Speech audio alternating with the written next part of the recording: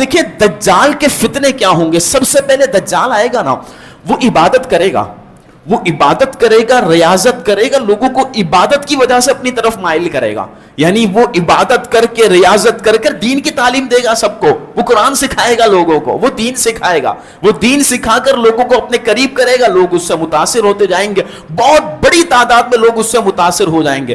جب وہ متاثر لوگ ہو جائیں گے, کیونکہ یہ عبادت کر رہا ہوگا, بیت المقدس جائے گا, وہاں پر بھی جا کر عبادت کرے گا, لوگوں کو اپنی طرف مائل کرے گا. پھر یہ آ کر نبوت کا دعویٰ کرے گا کہ میں نبی ہوں. تو جو عقل مند لوگ ہوں گے وہ اس کا ساتھ چھوڑ دیں گے, بھائی حضور کے بعد تو کوئی نبی ہو ہی نہیں سکتا نا. تو جب یہ نبوت کا دعویٰ کرے گا تو جو عقل مند لوگ ہیں وہ اس فتنے سے پیچھے ہٹ جائیں گے, اور پھر بعد میں جا کر یہ خدائی کا دعویٰ کرے گا. اب جب یہ خدائی کا دعویٰ کرے گا تو اتنے بڑے بڑے یہ فتنے پھیلائے گا, کہا جاتا ہے کہ شیاطین اس کے ساتھ ہو جائیں گے, اور شیطانوں کا پورا لشکر اس کے پاس آ کر کہے گا کہ دجال اگر تمہیں ہمارا کام ہو تو ہم تمہارے لیے حاضر ہیں. تو دجال تمام شیطانوں سے کہے گا کہ پوری دنیا میں جا کر یہ اعلان کر دو کہ ان کا رب دجال ہے, معاذ اللہ. اور ایک ایک بندے کے ساتھ 100 شیطان ہوں گے. کتنے؟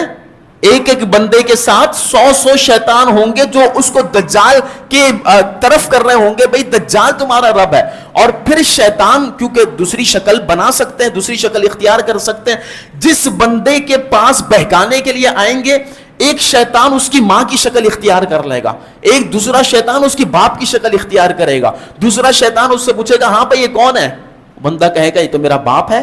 تو اس سے پوچھے بھئی یہ کون ہے؟ یہ تو میری ماں ہے. کہا یہ مر گئے تھے؟ نہیں مر گئے تھے. کہاں مر گئے تھے؟ تو کہا کہ دیکھو مر گئے تھے, دجال نے زندہ کر دیا ہے. اس سے کیا پتا چلا کہ جو مردے کو زندگی دے دے وہ رب ہوا کرتا ہے, لہٰذا تم اس کی ربوبیت کو تسلیم کرو.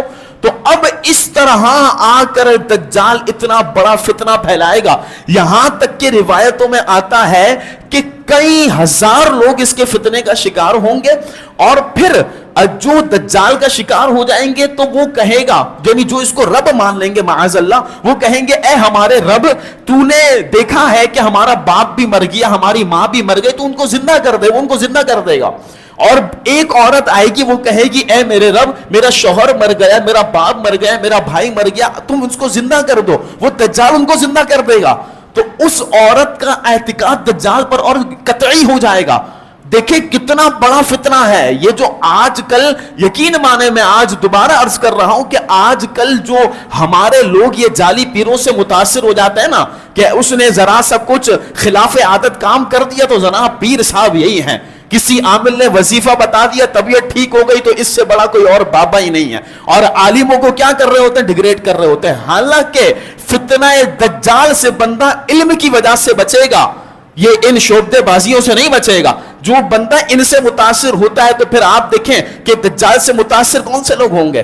وہی نا, وہ شعبدے بازیاں دیکھیں گے, اس کے اوپر ایمان لے کر آ جائیں گے. لیکن جس کے پاس علم ہوگا وہ دجال کے فتنے سے محفوظ رہے گا. تو دیکھیں یہ علم ہے, یہ آج جو علماء کو برا بلا کہتے ہیں نا, یہ ذرا غور کیجئے کہ یہی علماء ہیں جو بتا رہے ہیں دجال کے حوالے سے.